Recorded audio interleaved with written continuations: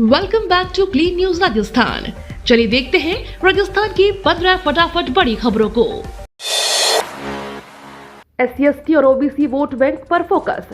राजस्थान में विधानसभा चुनाव 6 माह होने हैं और कांग्रेस पार्टी ने SC/ST और OBC वोट बैंक पर फोकस कर दिया है और इनके प्रभाव वाली सीटों पर भी जल्द ही लीडरशिप डेवलपमेंट मिशन के तहत युवा नेतृत्व की खोज करेगी। इसके साथ साथ विधानसभा और लोकसभा वार कोऑर्डिनेटर भी लगाए जाएंगे। पार्टी की ओर से सबसे पहले आज 3 मई को सभी वर्तमान और निवर्तमान जिला कांग्रेस अध्यक्षों का ओरिएंटेशन कार्यक्रम रखा गया है। यह कार्यक्रम सवेरे 11 बजे प्रदेश कांग्रेस कमेटी मुख्यालय पर आयोजित किया जाएगा। अजय माकन और अविनाश पांडे की राह पर सुखजिंदर सिंह रंधावा। इस चुनावी साल में भी मुख्यमंत्री की कुर्सी की लड़ाई पहले ही कांग्रेस के लिए सबसे बड़ा सिरदर्द बनी हुई है। सीएम अशोक गहलोत और सचिन पायलट के सियासी संग्राम की भेंट कांग्रेस के 2 प्रदेश प्रभारी अविनाश पांडे और अजय माकन पहले ही चढ़ चुके हैं। दरअसल इन पर आरोप है कि ये विवाद को सही तरीके से निपटाने के बजाय कद्दावर नेताओं के पाले में खड़े हो गए।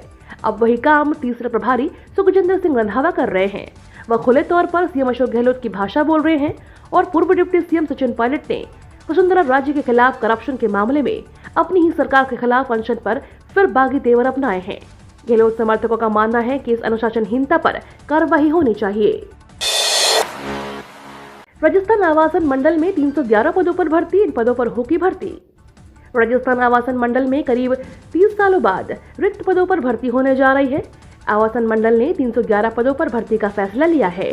बोर्ड की ओर से जारी किए गए नोटिफिकेशन के अनुसार 258 पदों पर भर्ती के लिए एजेंसी हायर की जा रही है, जबकि 53 राजपत्रित अधिकारियों के पदों पर भर्ती के लिए RPSC को प्रस्ताव भेजा जाएगा। बोर्ड ने 21 अप्रैल को विज्ञापन जारी किया था। 4 मई को निविदा खोली जाएगी।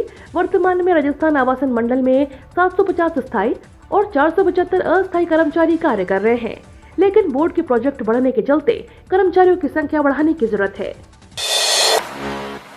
डोर टू डोर कचरा कलेक्शन सर्विस के बदले यूजर चार्ज। राजधानी जयपुर में इस महीने के आखिरी या जून के पहले सप्ताह से लोगों को नया शुल्क देना पड़ सकता है।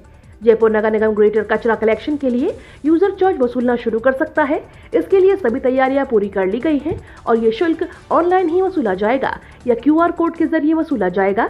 हालांकि ये वसूली पूरे जयपुर में न होकर कुछ चुनिंदा शहरों पे या कमर्शियल प्रॉपर्टी ऑनर्स से वसूली जाएगी।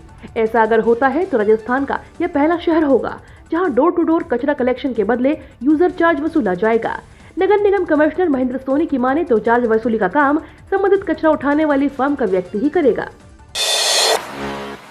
केंद्रीय मंत्री शेखावत का गहलोत पर तंज। राजस्थान में जैसे जैसे विधानसभा चुनाव नजदीक आ रहे हैं, वैसे वैसे राजनीतिक बयानबाजी भी तेज होना शुरू हो चुकी है। राज्य में मुख्यमंत्री अशोक गहलोत अपनी जन कल्याणकारी योजनाओं के दम पर सरकार रिपीट होने का दावा कर रहे हैं। इन दावों पर केंद्रीय मंत्री गजेंद्र सिंह शेखावत ने पलटवार किया है। शेखावत ने कहा कि सीएम उसी तरह का दावा कर रहे हैं जिस तरह से यह कहा जाए कि कल का सूरज पश्चिम से उदय होगा। इसका मतलब यह हुआ कि कभी भी असंभव नहीं है कि प्रदेश में जनता फिर से कांग्रेस की सरकार बनाएगी। वहीं केंद्रीय मंत्री कैलाश चौधरी ने प्रदेश की कानून व्यवस्था पर सवाल उठाते हुए कहा, राजस्थान की सरकार ने तुष्टीकरण की राजनीति की है। राजस्थान में जंगल राज 4.5 साल से कायम हुआ है। केंद्रीय मंत्री गजेंद्र सिंह शेखावत पर दर्ज हुए मुकदमे पर चौधरी ने कहा कि यह सरकार की निम्न और ओछी मानसिकता दर्शाता है। न्यायिक अभिरक्षा में अब 16 मई तक रहेगा बाबूलाल कटारा, जारी रहेगी पूछताछ। राजस्थान में RPSC मामले में सरकार एक्शन मोड पर है। पेपर लीक मामले में संलिप्त किसी भी आरोपी को सरकार ढील नहीं देना चाहती है। कल RPSC पेपर लीक मामले में SOG ने बाबूलाल कटारा और ड्राइवर गोपाल को कोर्ट में पेश किया। कोर्ट ने सुनवाई के बाद बाबूलाल कटारा और उसके ड्राइवर गोपाल को 16 मई तक न्यायिक अभिरक्षा में भेजा है। अब इस मामले में अगली सुनवाई 16 मई को होगी। इससे पहले बाबूलाल कटारा और गोपाल को कोर्ट ने 2 मई तक रिमांड पर भेजा था। मंत्री प्रताप सिंह खाचरियावास बोले, किसी एक चेहरे पर सरकार नहीं बनती। राजस्थान के कैबिनेट मंत्री प्रताप सिंह खाचरियावास का एक और नया कई मायनों में चौंकाने वाला बयान सामने आया है। खाचरियावास का यह बयान काफी कुछ कहता है। उन्होंने कहा कि राजस्थान में कांग्रेस सरकार तो रिपीट करेगी, लेकिन मैंने राजस्थान के प्रभारी रंधावा को सुझाव दिया है कि किसी एक चेहरे पर सरकार नहीं बनती है। हमारे पास राहुल गांधी का चेहरा है और उन्हें आगे रखकर चुनाव लड़ना है। पिछली बार किसी एक की मेहनत से नहीं हुआ है।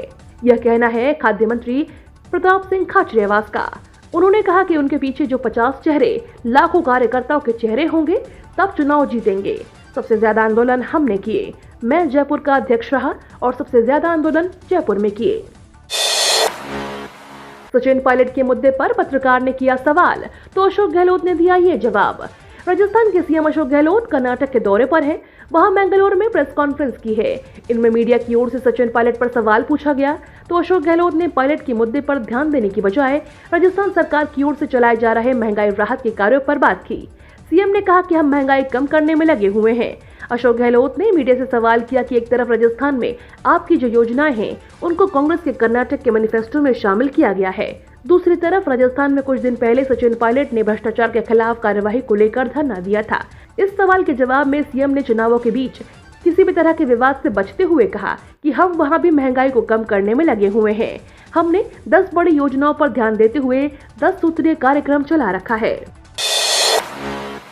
राजस्थान के 20,000 निर्माण श्रमिकों को देंगे ऑन साइट कौशल प्रशिक्षण।